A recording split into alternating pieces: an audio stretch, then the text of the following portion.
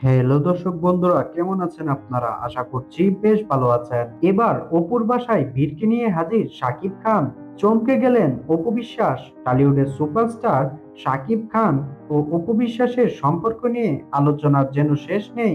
একসময় ভালোবাসার পরিণতি হিসেবে জন্ম নেয় তাদের সন্তান আব্রাহাম খান জয়। যদিও সম্পর্কের টানাপোড়েনে তারা আলাদা হয়ে গেছেন, তবে ছেলের জন্য মাঝে মাঝে দেখা করেন দুজন। তবে এবার যা ঘটলো তা একেবারেই অপ্রত্যাশিত।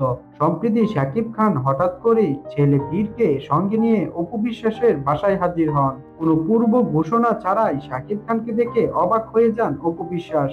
ঘনিষ্ঠ সূত্রের দাবি, শাকিব খান আসলে অপুকে একটি বিশেষ সারপ্রাইজ দিতে চেয়েছিলেন। শোনা যাচ্ছে বীরের সঙ্গে জয়ের সুসম্পর্ক করতে চান শাকিব খান, আর সে কারণেই তিনি দুই ভাইকে একসঙ্গে সময় কাটানোর সুযোগ করে দিতে চান।